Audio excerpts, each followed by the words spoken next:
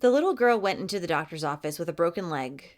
This wasn't a normal break, though. Something was off. It looked like the injury may have been intentional. The doctor called social services to report his concerns about the little girl. Yet nothing was done. After all, this little girl's caregiver was a very well-known member of the community. So there's no way anything bad could be going on in her house.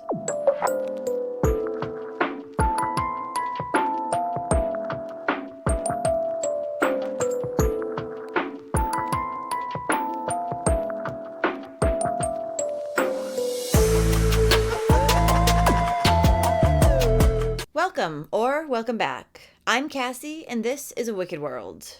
Hope you're all doing good today, and I just wanted to say real quick, thank you so much for all the nice comments that you guys are leaving. I do read them, and I really appreciate them.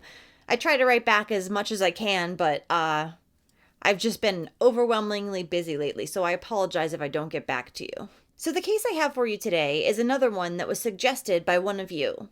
This little girl died in her foster home, where she was supposed to be getting taken care of better than her original home. And her foster family seemed like perfect people, so nobody would have suspected what was really going on behind closed doors. This is the story of Laila Daniel.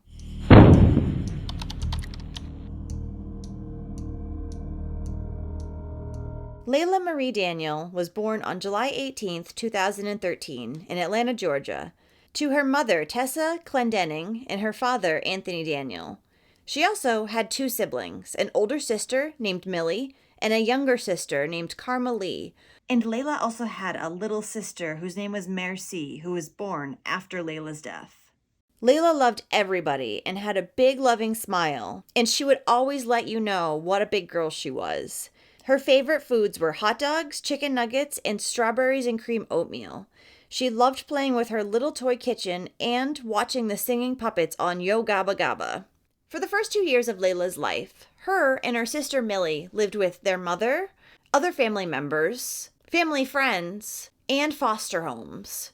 The girls' mother and father had been in and out of jail most of their short lives. And by this point, Laila, being so little and so confused about what was going on and where her home really was, started to act out with lots of aggression.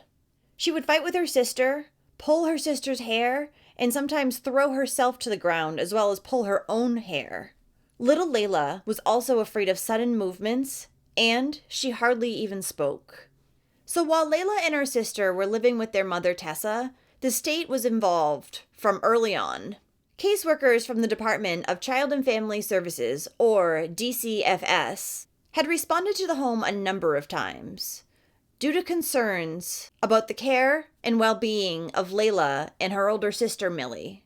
After one particular case was opened in 2014, Tessa and her family moved out of state to North Carolina and didn't leave a forwarding address for DCFS, so they closed the case. After a separate complaint, a DCFS caseworker would go to the house to check on the girls, but nobody answered the door. Later, Tessa had yelled at the caseworker over the phone. The case was then closed. But Tessa would say that she never tried to dodge DCFS. They just didn't make a big enough effort. In January of 2015, Laila's mother Tessa was arrested on a charge of conspiracy to distribute methamphetamine. The Spalding County Sheriff's Office had been listening to a wiretap of a drug dealer's cell phone when Tessa had called said phone. She spent 3 months in jail before being released on bond. Tessa would say that it was a big mix-up and she was never intending on buying or distributing drugs. Then in April of 2015, DCFS would take the girls into state custody. They became foster children. Shortly after Laila and Millie entered foster care, they were at the Henry County Juvenile Court when a law intern introduced herself. The law intern actually recognized the girl's mother's name. She realized that she had actually been in foster care with the girl's mother years ago. This intern's name was Jennifer Rosenbaum. Jennifer Rosenbaum, who was 27 at the time, had been a foster child herself. Her family had sometimes been homeless, living on the street, in a tent, or out of a car at truck stops. The children were sometimes beaten, and DCFS removed them in 1997 and placed them in foster care when Jennifer was 9. When Jennifer was younger and in foster care, she often acted out, but friends and family said that she had gotten her act together since then, and all she wanted to do now was be a good person and help children. So this seemed like a blessing to Tessa. A woman that she had known a long time ago had reached out to her to take care of her girls until she could get her life back on track. She figured she wouldn't have reached out on her own if she had anything other than good intentions. So on July 24th, 2015, Leila and her sister moved in with Jennifer and Joseph Rosenbaum. DCFS had run a home evaluation as well as background checks on the couple, and everything had come back fine. And Jennifer, their new foster mom, seemed infused with positive energy and ambition. She was an Emory Law student and an intern for the state legislature and juvenile court. The girls shared a bunk bed at their new home that was on a quiet street in McDonough, Georgia. DCFS reported positive changes and said that Leila was coming a long way. During a visit on September 2nd, 2015, a caseworker named Samantha White noted that Leila could now count to 5, and she recognized the amounts when counting on her fingers. She wrote down that Leila appeared to be happy in the home, Millie as well. But it wasn't very long after the girls had moved in with the Rosenbombs that their biological mother, Tessa, began to worry. She thought that something might be wrong. Jennifer would tell Tessa that Leila was often sick and required numerous doctor's visits. Jennifer would also cancel Tessa's plans to come see Leila. Jennifer would also send the girl's mom many pictures of Millie, but there wasn't as many of her younger daughter, Leila. Then there was an incident that had occurred before the girls had started living with the Rosenbombs. At the time, they were living with their foster mom, who was Patricia Lambert, and they would occasionally visit the Rosenbombs. After one of these visits, Patricia said she had noticed that Leila had some small injuries, and she had taken her to the Henry County DCFS office so that they could examine the injuries. The caseworker Samantha White met with the girls to take additional photos and report back. She reported back that the injuries were mostly gone, and so no case was ever opened. On October 19th, 2015, Jennifer sent a text message to the caseworker, Samantha White, saying that Leila had broken her leg during her gymnastics class on October 16th. And the day prior to the gymnastics injury, Leila had been at her grandmother's house and had injured that same leg by falling into a small hole. Jennifer told Samantha that Leila had then re-injured it at gymnastics. Jennifer said she took her to urgent care from there. But she actually didn't take her to urgent care until 4 days after she had actually broken her leg. Jennifer also texted Samantha and said, "She's doing fine. By her attitude, you would never know anything was wrong. She's laughing, playing, singing, and hasn't cried once, not even when it happened." Which I seriously doubt. She broke her leg and she didn't cry. She's 2. I really, really doubt that. She's either the toughest 2-year-old in the world or Jennifer's a liar. You pick. Following this, the caseworker did not investigate the broken leg any further, which was a direct violation of policy. Whenever a foster child suffers a serious injury, a caseworker is required to file a report and begin an investigation. The day that Leila had gone to the doctors for her broken leg, she got an x-ray done, and it showed not only that her leg was broken, she also had an injury to her arm. And the urgent care doctor who treated Leila said that the break to her leg was very close to the knee and would have been extremely painful. He also said this is something you don't see very often and would require a lot of force. The doctor would later say that this injury could not have been caused by falling off of a balance beam, as Jennifer was claiming it had. There was one time when Samantha tried to check in with the girls on November 2nd, 2015, but at the time, Leila was sleeping. So Samantha took a quick peek at her and said that at the time, she didn't notice any signs of abuse. And only a few weeks later, on November 17th, 2015, which was Jennifer Rosenbaum's 27th birthday, it would also be Leila's last day on Earth. Jennifer had called 911 that day and said that Leila had been choking on a piece of chicken. She said she had gotten the blockage out, but the little girl's eyes were rolling into the back of her head and her breathing was slowed. She told the dispatcher that she was trying to do CPR, but Leila kept going white. And to protect her own ass later, or so she thought, she also told the operator that she was trying to do CPR and she was worried she might have broken a rib because she didn't know how to do it. Aren't foster parents also supposed to be CPR certified, or am I incorrect in saying that? At the time of this incident, Joseph hadn't been home, but he had been aware of the abuse that had been going on in the house prior. When first responders got to the scene, Leila had no pulse and she wasn't breathing. She was brought to a local hospital where she was declared dead. Jennifer and Joseph Rosenbaum were arrested on December 4th, 2015.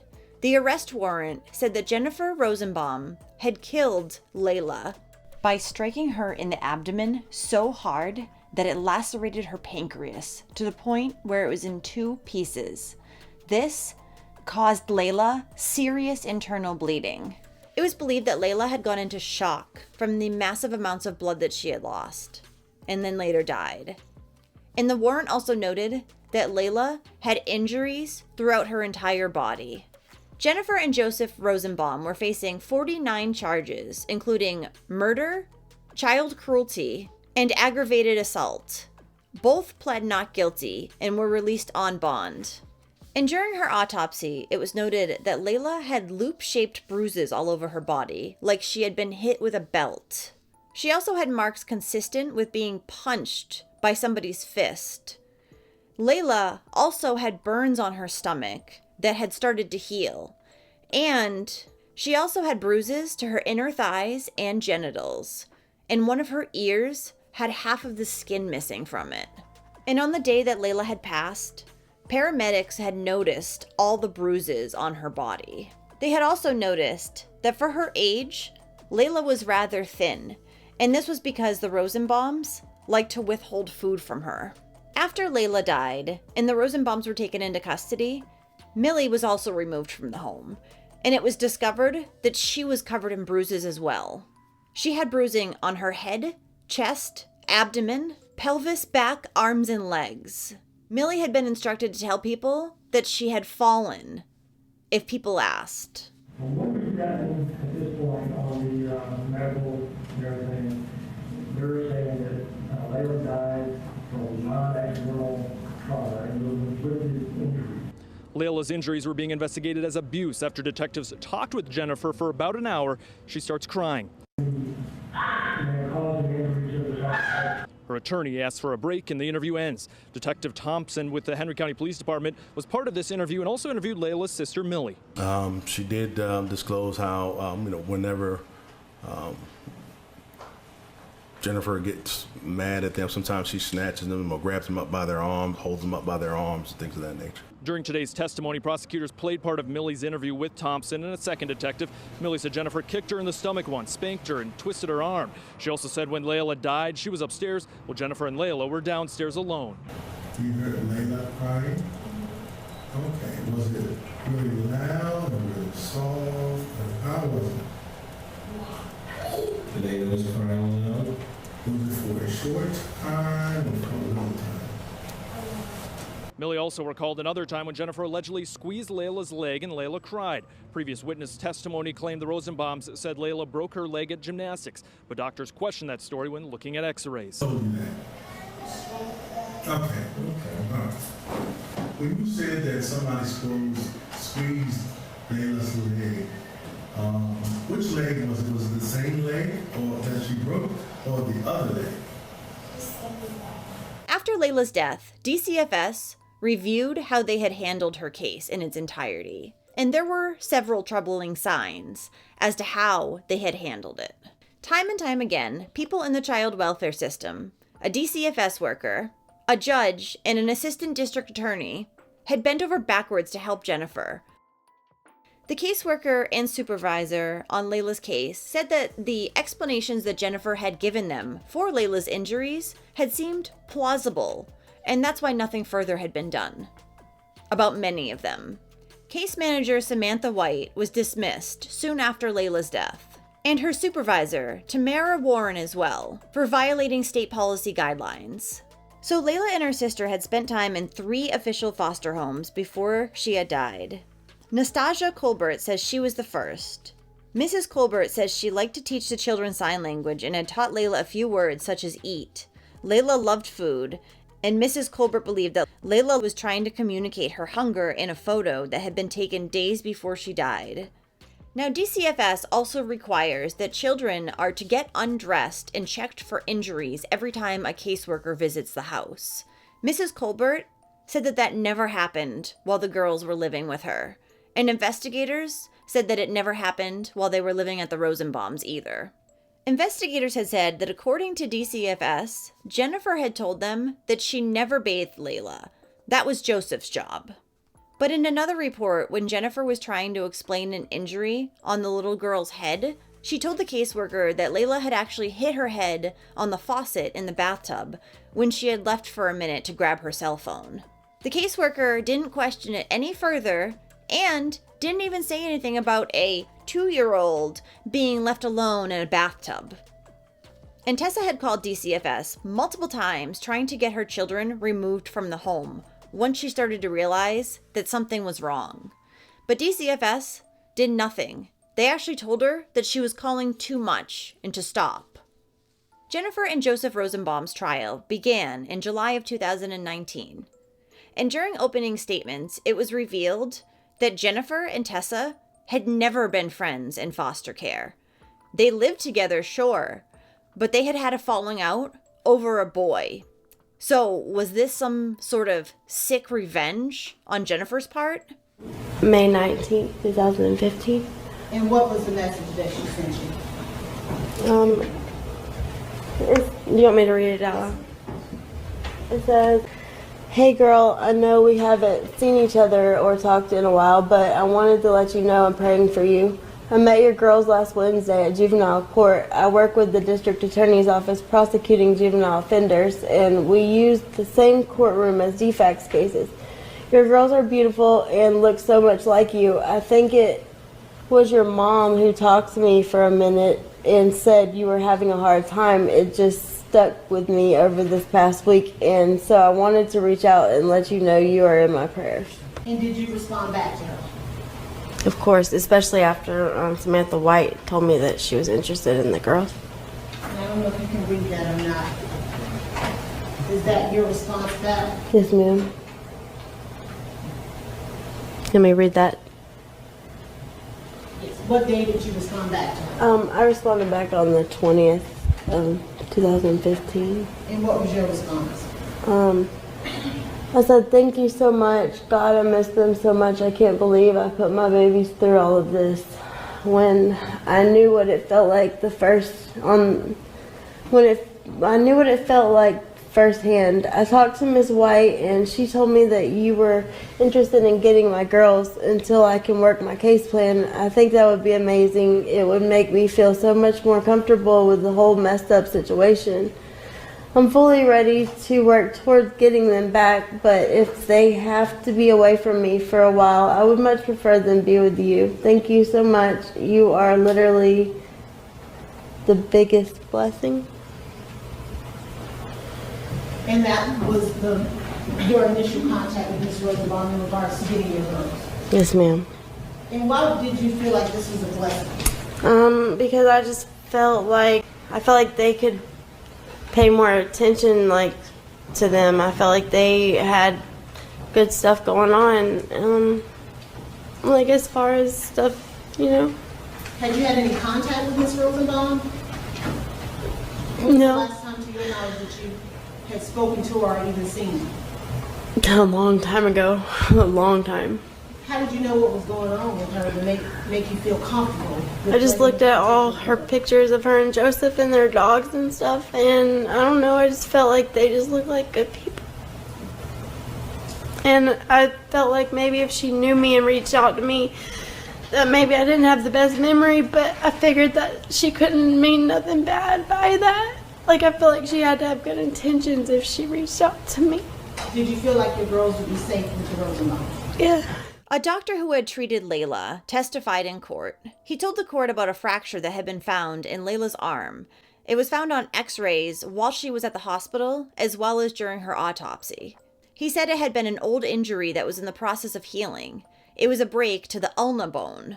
He referred to this type of injury as a nightstick fracture, because when police would carry around nightsticks and go to hit somebody with it, they would put their arms up to protect their head and their face, and then this part of their arm is where it would break. So this type of injury in a 2-year-old was pretty much unheard of. The doctor said that between the delay in treatments and the type of injuries that Leila had, they were huge red flags for child abuse. He himself had called a child protective service worker while he was working at one of the hospitals to report his concerns. But clearly, nothing was done. Sarah Crawford McKee had spoken to Jennifer a number of times during her daughter and Millie's gymnastic practice. Leila actually wasn't even enrolled in gymnastics. It was Millie's gymnastics class that Jennifer had previously claimed Leila had broken her leg on the balance beam. Yeah. Sarah testified that she noticed that Leila didn't seem to have any energy when she was there, and she would often just lay on the benches during the practice. But Jennifer would blame this behavior on the traumatic abuse that Leila had gone through at the hands of her biological mother, she said. Sarah had also noticed bruises and red marks on Leila's stomach one time when her shirt had accidentally gotten lifted up. Sarah had also made a comment at one point about how she didn't like to give her kids candy because of how it made them act. To which Jennifer said, "Well, if my girls disobey, I make them run laps or up and down the stairs over and over." They're 2 and 4 years old. Super inappropriate punishments. Jurors also heard from Amanda Harrell, who had adopted Leila's sister Millie after Leila's death. She told the court that Millie would often bring up what had happened during the time that her and her sister were at the Rosenbombs. And one of the things that she would tell her is that they would get in trouble if they ever fell asleep during a car ride and would get spankings. And then Millie took the stand. She told jurors that her and her sister Leila would get spankings if they didn't get dressed fast enough in the morning. She also said that Jennifer would sometimes hit them with her hand and sometimes with a belt, and that Joseph would never intervene. And then the jury heard from a woman named Ebony Taylor. Ebony Taylor was a supervisor at DCFS, and she had approved the girls going to the Rosenbombs' home. But apparently, she didn't do her research herself, she just depended on what her workers brought to her. Because it was later found out that the Rosenbombs had never attended the required classes to become foster parents. Also, her staff did not screen Jennifer Rosenbaum's maiden name, which would have automatically ruled her out from being a foster parent, since she herself had been in the foster system in the past. She told the court that the Rosenbombs should never have been foster parents. But she's the supervisor, so it's her job to do the double checking, right? That is a supervisor's job, correct? Jordan Hall, a neighbor of the Rosenbombs, also spoke in court, and she told them about a conversation she had had with Jennifer shortly before she fostered the girls. Jennifer had told this woman Jordan that the girls' mother was a meth addict and that Karma was a bitch because now she was going to be taking care of those meth babies. Jordan told her she should not be talking about the children like that. And what does she mean by Karma's a bitch because now I'm taking care of them? Did she have this planned from day one, that she wanted some kind of revenge on Tessa for stealing a boy from her when they were teenagers? Because that's some petty shit. Now, Peggy Banks was Leila and Millie's grandmother. She was the one point of stability that the girls had in their life. At different times, she had kept one or both of them in her home. She tried to keep the girls long-term, but the senior community that she lived in didn't allow children. So that's when Peggy ended up giving up custody of the girls and they had to enter the foster care system. Peggy said she was initially excited about the Rosenbombs being foster parents for Millie and Leila. She thought they were nice people, but soon they started canceling a lot of her visits with her granddaughters. And Peggy had become concerned after she had noticed bruises on both Leila and Millie. After that, she spoke with the Homeowners Association at her senior living community. and she asked them for permission to take the girls. They told her that she could, as long as it was for no more than 2 years. But she was never able to speak to DCFS about this before Laila's death. And Tessa Daniel got to speak her mind in court before Jennifer and Joseph Rosenbaum were sentenced. She said, "I want to say that they were given an opportunity to have a precious baby in their life, and instead, they took her life." She acknowledged that she had had some problems in the past, but she was not a habitual drug user. Most of all, she says she loves her kids. They were the center of her world. They helped her get through her day. And above all else, she said they were properly fed, clothed, and loved at all times. Tessa also said that over the years, she had blamed herself for Laila's death. Had it not been for her actions, her daughters would not have been in the Rosenbombs' home. But she says, recently, she has started to not blame herself anymore. There were so many others who gave statements in court as well, including Laila's aunt. She said, "This has been weighing on our lives for 4 years now. From now on, we refer to things in our lives as before Laila died and after Laila died." Her aunt also said, "You not only killed Laila and traumatized her sister, but you broke the hearts of everyone who ever knew her." Jennifer and Joseph's attorney would try to write off many of Laila's injuries as either just general bumps and bruises of childhood, or he said that some of them had occurred before the girls were in the Rosenbaum's home, which makes no sense because they'd been there for, 6 or 7 months at that point? What injury lasts that long, you bozo? Jennifer's sister also spoke out, saying that Jennifer and her husband wanted to adopt the girls, so why would she have done something so awful to them? On August 1st, 2019, jurors convicted Jennifer and Joseph Rosenbaum, and the couple faced a 49-count indictment. They each ended up being acquitted on some charges, but were charged with the more serious ones. Jennifer Rosenbaum was found guilty of felony murder.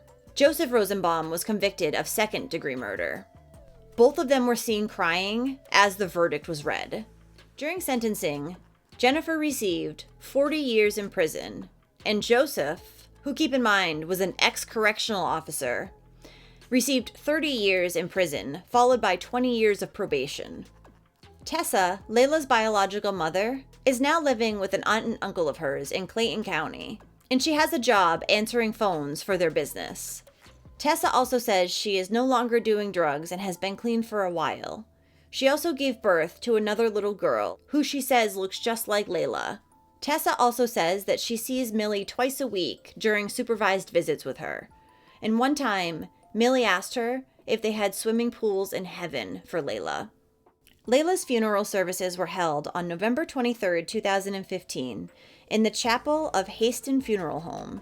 Laila was then buried at Beret Cemetery in Hampton. And DCFS ended up paying for her burial, as they should have. A candlelit vigil was also held in remembrance of Laila Marie Daniel on February 15, 2016, at the Hampton Train Depot. Laila's aunt, Kim Smith, would say, "We are just trying to keep Laila and her story in everyone's heart." Well, thank you for listening to all of Laila's story today. This poor little girl never lived a happy life. She was confused and scared as she was being bounced from place to place all of her 2 years on this earth. Now, I'm sure Laila might have been a more difficult toddler than most, but foster parents are supposed to have the knowledge and understanding that a lot of foster children have issues when they come into their home because of what they've been through. And Jennifer even knew how it was. She was in foster care herself, yet she still did these awful things to Laila. And Jennifer acted like she was some kind of amazing person, only to have some sort of hatred towards Tessa, enough to make her want to take it out on her 2 innocent daughters. She's evil. So, if you do like true crime, and you want to hear it from me, then don't forget to hit that subscribe button below, and turn on your notifications too, so you'll know when I upload a new video, which is 2 to 3 times every week. Thanks for watching A Wicked World today. Until next time, guys, take care. Bye.